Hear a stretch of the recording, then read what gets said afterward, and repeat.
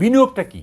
বিনিয়োগ হচ্ছে যে the economic, political and social condition that effect the investment market and the performance of financial instruments. এটা হচ্ছে বিনিয়োগ, ইংরেজিতে আমি বললাম।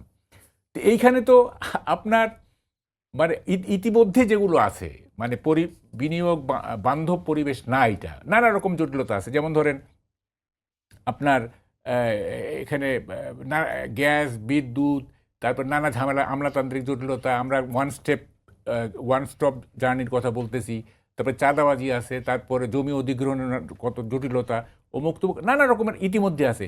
এর মধ্যে যুক্ত হয়েছে যেটা আমি বললাম social and political adverse situation.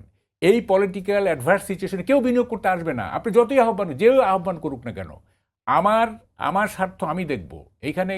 মানে আমাকে যদি একজন বড় মাপের লোক এসে বলে যে তুমি এই যে করছো চাকরিতে, তুমি অ্যাপয়েন্টমেন্ট তুমি জয়েন করো না, আমি কি তার কথা শুনবো? আমি শুনবো তার কথা? আমি তো জয়েন করবোই, সে যেই হোক না কেন।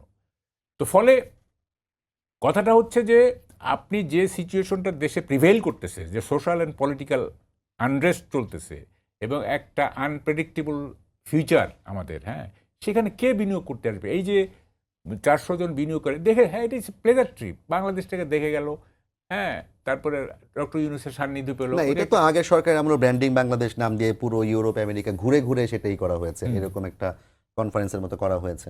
হয়েছে। আমার কথাটা হচ্ছে বিনিয়োগ মানে আপনি শুধু মুখে বললে হবে না যে এটা, সেখানেও আমরা কোনো বিনিয়োগ কিন্তু পাই নাই। না না, কেন পাবো? হাসিনা আমলে যেটা হয়েছে সেখানেও আমরা কোনো বিনিয়োগ না না, আনতে কেন পারিনি। পাবো? কি কারণে পাবো? আপনার তো বিনিয়োগের পরিবেশ থাকতে হবে। এটা আগে ছিল পরিবেশ। এখন বাংলাদেশের যে মানে পলিটিক্যাল অ্যাটমসফিয়ার যেটা, সেটা বিনিয়োগের উপযোগী না।